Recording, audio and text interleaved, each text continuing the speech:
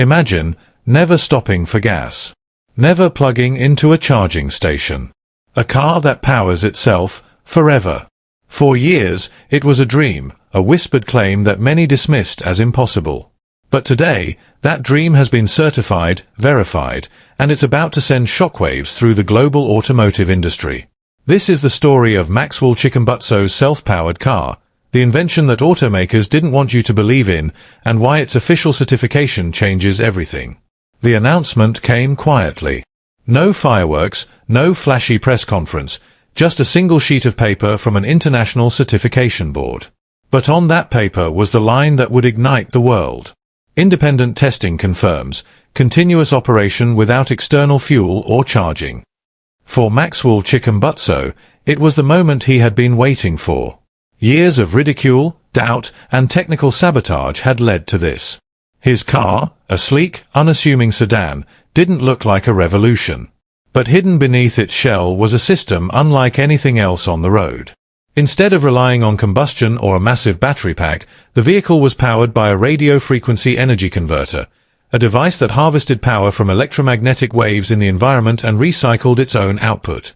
In simpler terms, it was a closed-loop energy system. Journalists who once mocked Chikumbutso now scrambled for interviews. Industry insiders whispered about the end of planned obsolescence.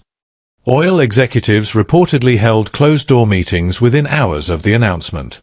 But for Maxwell, the bigger moment was still to come, the public unveiling. And for that, he chose the world's most unlikely stage, a small community in rural Zimbabwe, where the very first certified self-powered car would roll out, not in front of billionaires and CEOs, but in front of the people who inspired its creation. The day of the unveiling dawned bright and dry, with the sun casting a golden glow over the red soil. People from surrounding villages walked for miles, gathering along a dusty road where a temporary stage had been set up. There were no giant LED screens, no roaring sound systems, just a small platform, a single microphone, and, under a silver sheet, the shape of a car that had already become legend. Maxwell stood to the side, hands clasped tightly. He was not wearing a tailored suit or polished shoes. Instead, he wore the same oil-stained work jacket he'd had since his earliest prototypes. For him, the car was never about luxury, it was about freedom. A hush fell over the crowd as the silver sheet was pulled away. Gasps rippled through the air. The car was beautiful but modest. Matte silver finish, aerodynamic curves, and a front grille that seemed to shimmer faintly, as if alive. No exhaust pipe. No charging port. Maxwell stepped forward. "This," he said into the microphone, his voice steady, "is not just a car. It is proof that we no longer need to choose between mobility and survival. It is proof that the chains of fuel dependency can be broken." A small boy stepped out from the front row, eyes wide. "Will it really drive forever?" he asked. The crowd laughed softly, but Maxwell crouched down and looked the boy in the eye. "If we take care of it," he said, "it will take care of us. Always." And then, before the eyes of hundreds and millions more watching via livestream, Maxwell opened the door, slid into the driver's seat, and pressed the ignition. There was no roar of an engine, only a soft hum. The dashboard lit up. The wheels began to turn. The self-powered car rolled down the road, not toward the big city, but toward the horizon. But not everyone watching was clapping. At the edge of the crowd, a man in a dark suit lowered his sunglasses, speaking quietly into a discreet earpiece. "They've confirmed it works," he said. "Initiate contingency." Maxwell didn't know it yet, but the certification was just the beginning, and now, the forces that had tried to bury his invention were about to make their move. By nightfall, the celebration had not yet ended. In the village square, people danced to the rhythm of drums, children chased each other under the stars, and elders sat around small fires, talking about how life would change when no one had to spend their savings on fuel ever again. Maxwell sat on a wooden bench near the edge of the gathering, sipping sweet tea from a tin cup. He had been smiling all day, but now, alone in the shadows, the weight of what he'd done was beginning to settle on him. This wasn't just an engineering achievement. It was a declaration of war against some of the most powerful industries on Earth. Far away, in a dimly lit control room somewhere in Europe, a wall of monitors displayed live drone feeds of the event. The man in the dark suit, the the same one from earlier, stood in front of them, watching Maxwell closely. "Unit 7 is in position," a voice crackled through the comms. "Proceed," he replied. In the village, a faint mechanical hum began to cut through the music and laughter.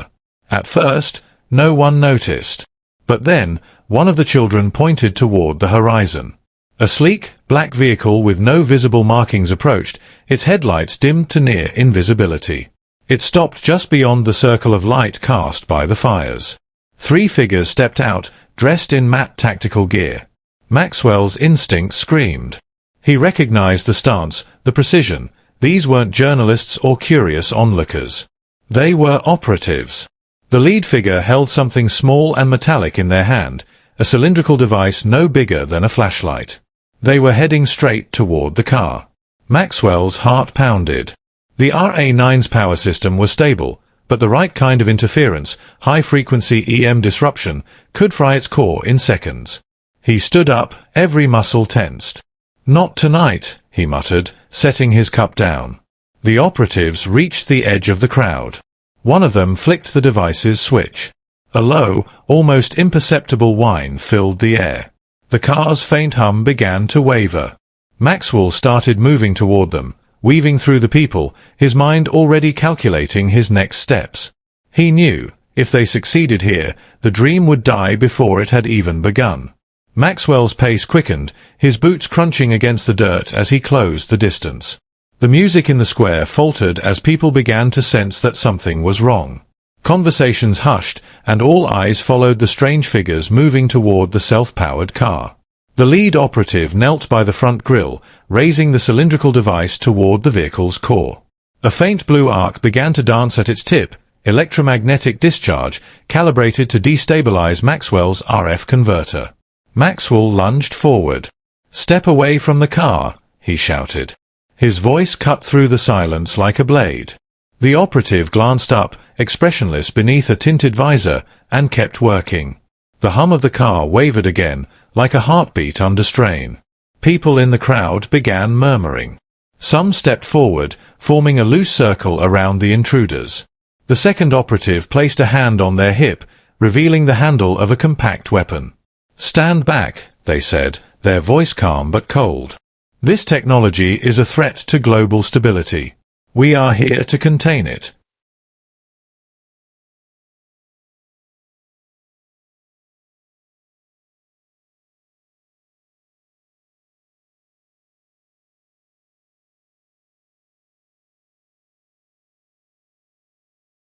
Maxwell felt anger burn in his chest.